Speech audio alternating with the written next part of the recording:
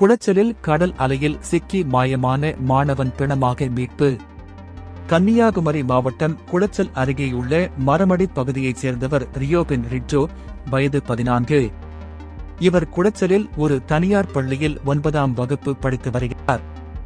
இந்த நிலையில் நேற்று முன்தினம் ரியோபின் ரிட்ஜோ குளச்சல் கடலில் தனது நண்பர்கள் 2 பேருடன் குளிக்கச் சென்றுள்ளார். அப்போது அவர்கள் குளித்துக் கொண்டிருக்கும் போது திடீரென எழும்பிய ராட்சத அலை மூவரையும் கடலுக்குள் இழுத்துச் சென்றது. இதை பார்த்த கரையில் நின்ற மீனவர்கள் உடனடியாக கடலில் இறங்கி இருவரை மீட்டனர். ஆனால் ரியோபின் ரிட்ஜோ கடலில் மூழ்கி மாயமானான். பின்னர் இது பற்றி தகவல் அறிந்த குளச்சல் கடலோர பாதுகாப்பு குழும போலீசார் விரைந்து சென்று கடலில் மூழ்கி மாயமான மாணவனை தேடும் பணியில் ஈடுபட்டனர்.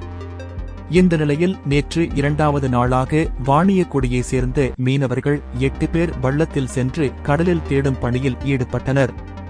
அப்போது கடற்கரையில் இருந்து சிறிது தூரத்தில் மாணவன் ரியோபின் ரிட்ஜோவின் உடல் மிதப்பதை பார்த்துள்ளனர். உடனே அவரது உடலை மீட்டு கரைக்கு கொண்டு வந்தனர்.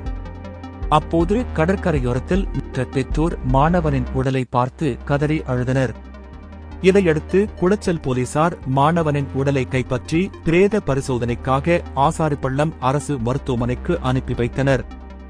இச்சம்பவம் அப்பகுதியில் பெரும் சோகத்தை ஏற்படுத்தியுள்ளது.